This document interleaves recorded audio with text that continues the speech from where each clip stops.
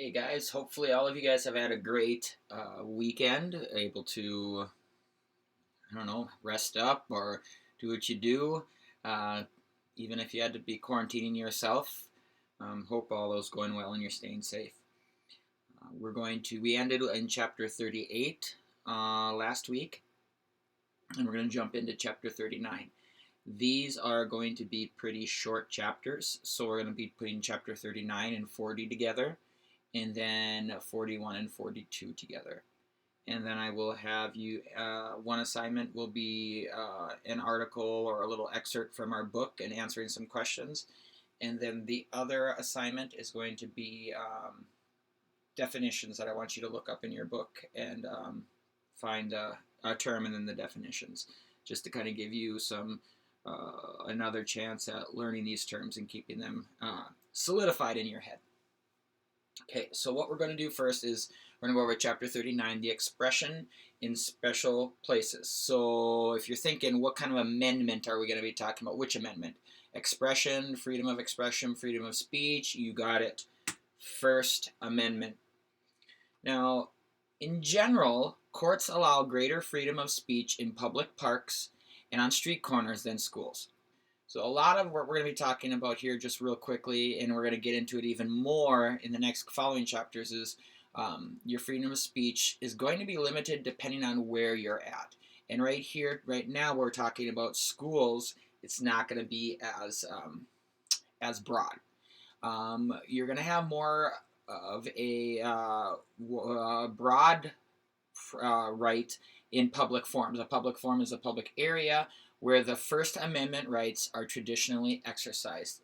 Parks and street corners are just an example. It could be other places. Here's the First Amendment in schools. Students have the right to free speech as long as their conduct does not disrupt the educational process.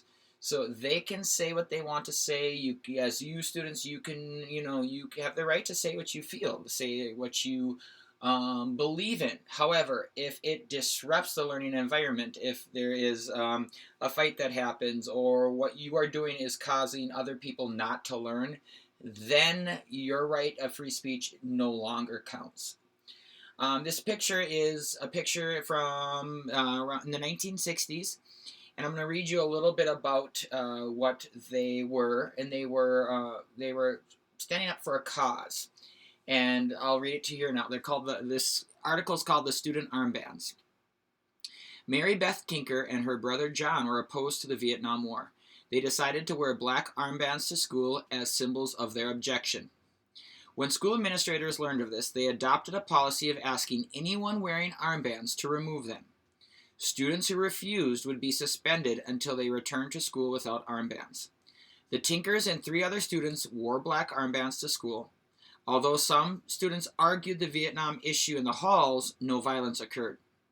The 5 protesting students were suspended from school until they came back without their armbands. Ultimately, this goes to the Supreme Court, and the Supreme Court rules in favor of the students, because they both said that wearing armbands was a form of symbolic speech. Remember we talked about that? Symbolic speech. And also held that the students' right to free speech could be restricted when the school could show that the students' conduct would materially or substantially disrupt the educational process. So since the disruption did not occur in the reaction of the Tinkers' armbands, it was not declared unconstitutional. So they were able to continue their what they were doing. We're going to get into a little bit more in this next couple of chapters, not the freedom of religion, the next one, but the one after that about search and seizure, and we'll talk about how schools operate under that. So moving on to chapter 40, and we're going to be talking about the freedom of religion. Now, the freedom of religion, which one do you think the amendment would that fall under? You know, it's kind of like the freedom. Your religion is your belief, your expression. So, yes, freedom of religion would fall under the First Amendment. Now, there are two clauses that protect this right, this freedom of religion. First one is the Establishment Clause. Establishment Clause forbids government from setting up a state religion, or saying that favoring one or the other, saying that Lutherans, the religion of being a Lutheran is better than being a Catholic, or something like that, so to speak. This clause forbids them to do that. The other clause that protects this right is the Free Exercise Clause, which protects all individuals' rights to worship or believe as they choose. The government can't force anybody to practice religion, and the government cannot prohibit anyone to practice a religion.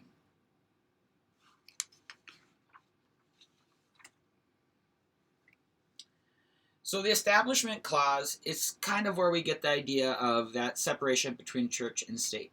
And a wall of separation of church and state comes from the idea, Thomas Jefferson kind of coined that phrase. Now, you got to believe that it's not a complete wall. Churches do have involvement in government. A lot of times, churches don't have to pay real estate taxes. Also, my great aunt was a nun, and she, since she was part of the clergy, so to speak, or holy orders, she didn't have to pay sales tax. So, in some cases, there is some connection between the two.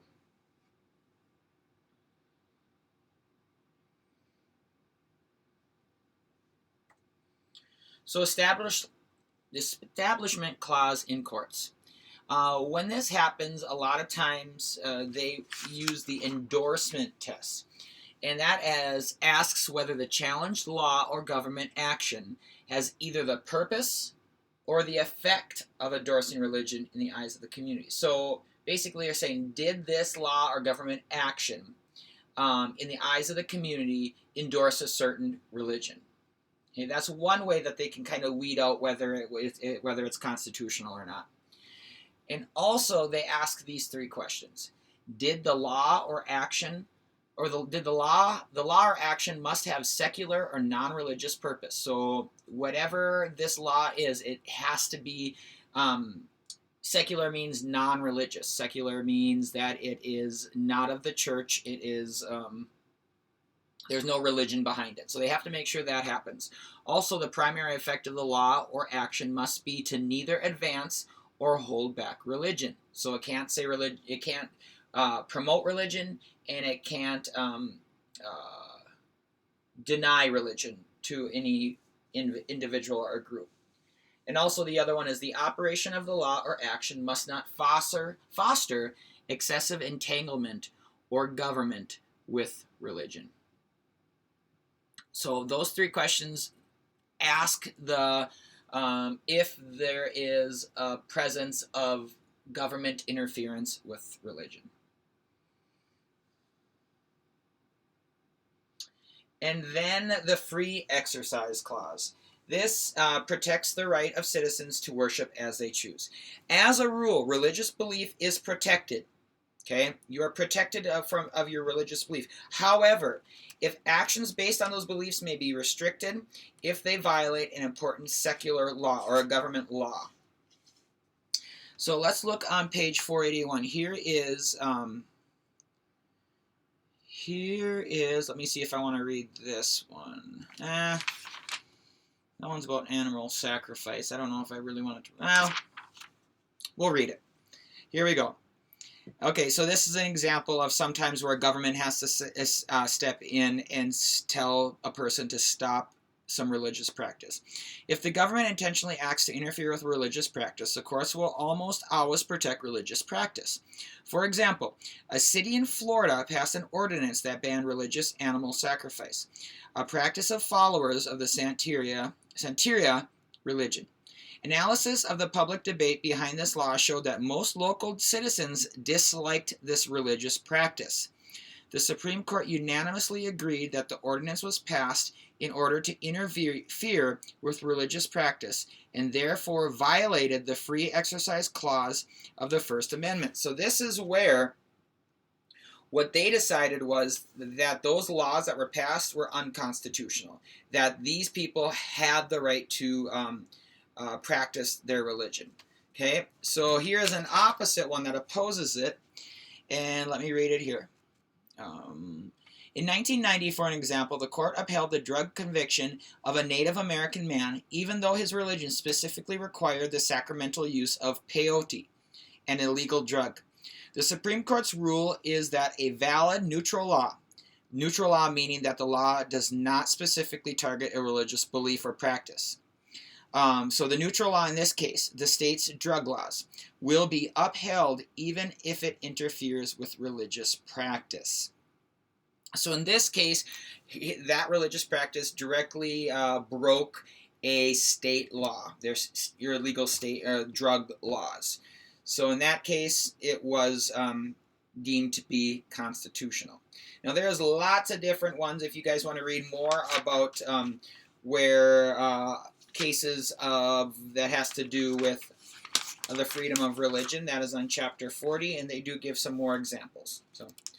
All right, guys, that is the end of this. This is a quick 8 slides for the 2 chapters. After this, you will look below and you will see the blue link to chapter 39 and 40, comprehension questions. Please answer those 3, and then you may move on to the next chapter, which will be 41 and 42. All right, guys, again, if you have any questions, a lot of you guys have been emailing me with questions, and I love it. Keep it up, and that means I stay in contact with you, and I feel like I don't necessarily see you, but in my mind I do when you email me, so that's great. Have a great day, and we'll talk to you later, guys.